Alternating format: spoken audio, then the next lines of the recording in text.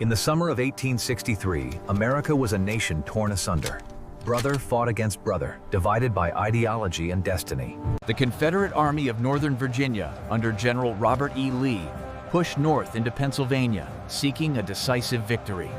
Their paths converged near the quiet town of Gettysburg, setting the stage for the war's bloodiest battle. July 1st saw initial skirmishes west of town. Union forces, outnumbered, valiantly held McPherson's Ridge against relentless Confederate assaults. Overwhelmed, the Union lines broke, falling back through Gettysburg itself, the Confederates close on their heels. They rallied on Cemetery Hill, a natural stronghold. This high ground would prove pivotal in the coming days. The Union established a formidable defensive line, stretching nearly 3 miles, resembling a fishhook, ready for Lee's next move. July 2nd brought desperate fighting, especially at Little Round Top, the Union's exposed flank, defended by men like the 20th Maine. With ammunition dwindling, Colonel Joshua Lawrence Chamberlain ordered a desperate bayonet charge, turning the tide on Little Round Top. Nearby, the Devil's Den became a brutal, hellish labyrinth of close-quarters combat, unforgiving for both sides. The wheat fields saw wave after wave of attacks and counterattacks, changing hands repeatedly, becoming a bloody harvest. In the Peach Orchard, Confederate artillery and infantry pushed forward, aiming to break the Union line. Night brought a temporary, uneasy peace. The scale of the carnage was immense, but the fighting was far from over.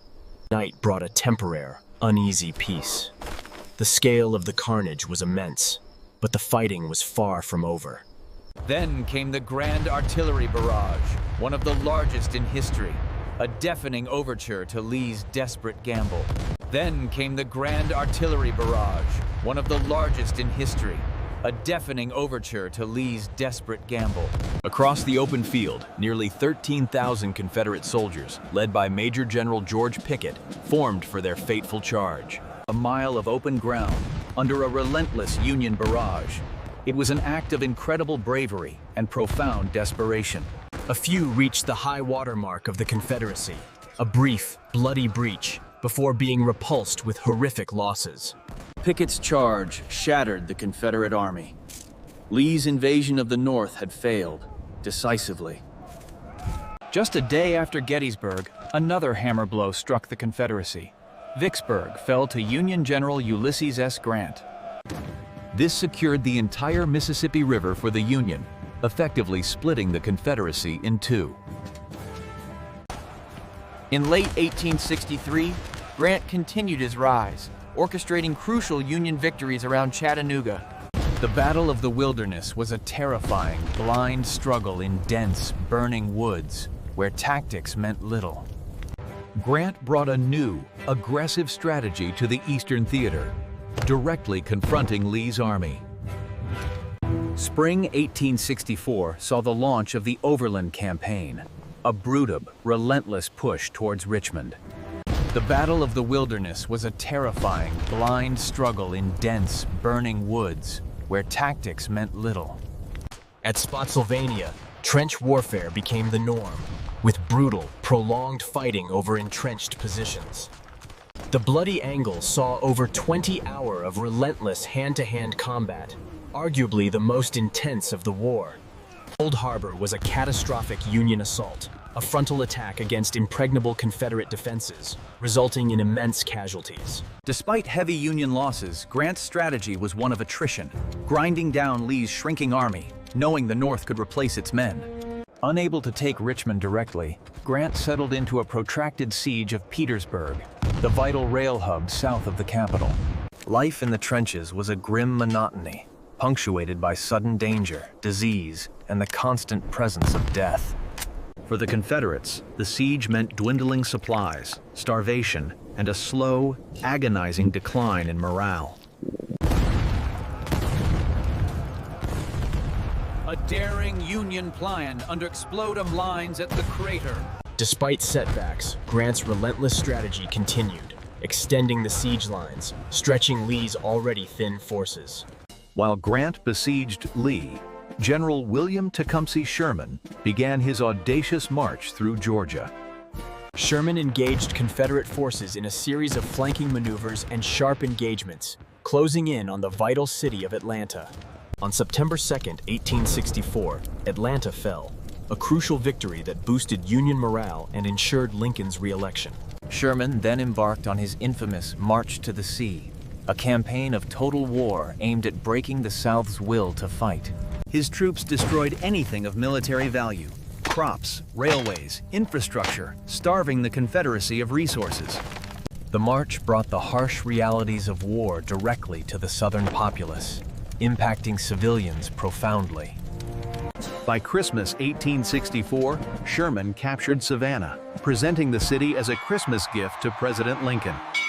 Sherman then turned north through the Carolinas, where the destruction was often more severe, especially in South Carolina.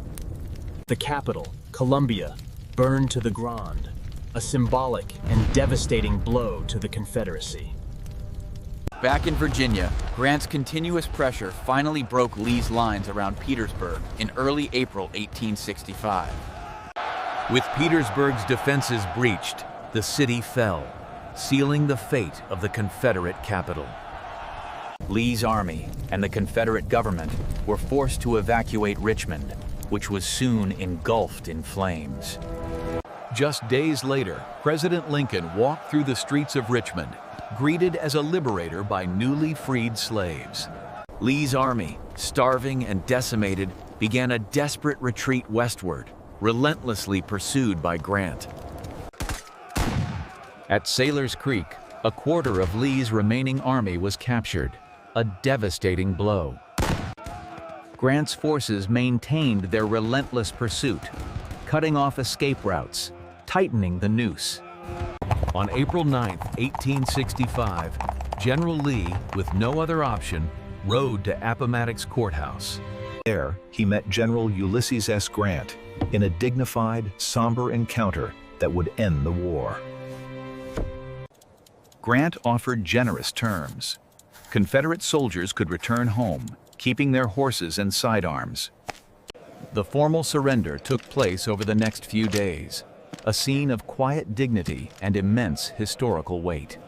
News of Lee's surrender ignited celebrations across the Union, a joyous release after 4 years of war. For the Confederates, it was a moment of profound grief and realization that their cause was lost. At Sailor's Creek, a quarter of Lee's remaining army was captured, a devastating blow. The cost was staggering. Over 620,000 Americans died, more than all other U.S. wars combined up to that point. Though the fighting ceased, the scars of war and the ideological divisions would linger for generations. The American Civil War forged a new nation, united by force, but destined to redefine itself in the crucible of conflict. From the ashes of division, a stronger, more unified America would eventually emerge, testing its ideals, defining its future.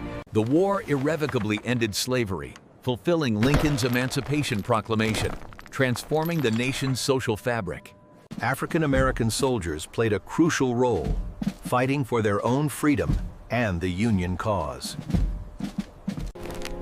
The war solidified the legacies of towering figures like Abraham Lincoln and Ulysses S. Grant. And for the South, the figure of Robert E. Lee embodied both resistance and the tragic beauty of a lost cause. The long path to reconciliation, bridging deep wounds, began in the aftermath of Appomattox. The Civil War proved that America, as one nation, could endure even through its darkest hour. It redefined the nation's principles, upholding liberty and equality, forever altering its trajectory. Across the landscape, countless monuments would rise, silent sentinels to the men who fought and fell. The American Civil War remains a crucial chapter in the nation's story, a testament to its struggles and triumphs.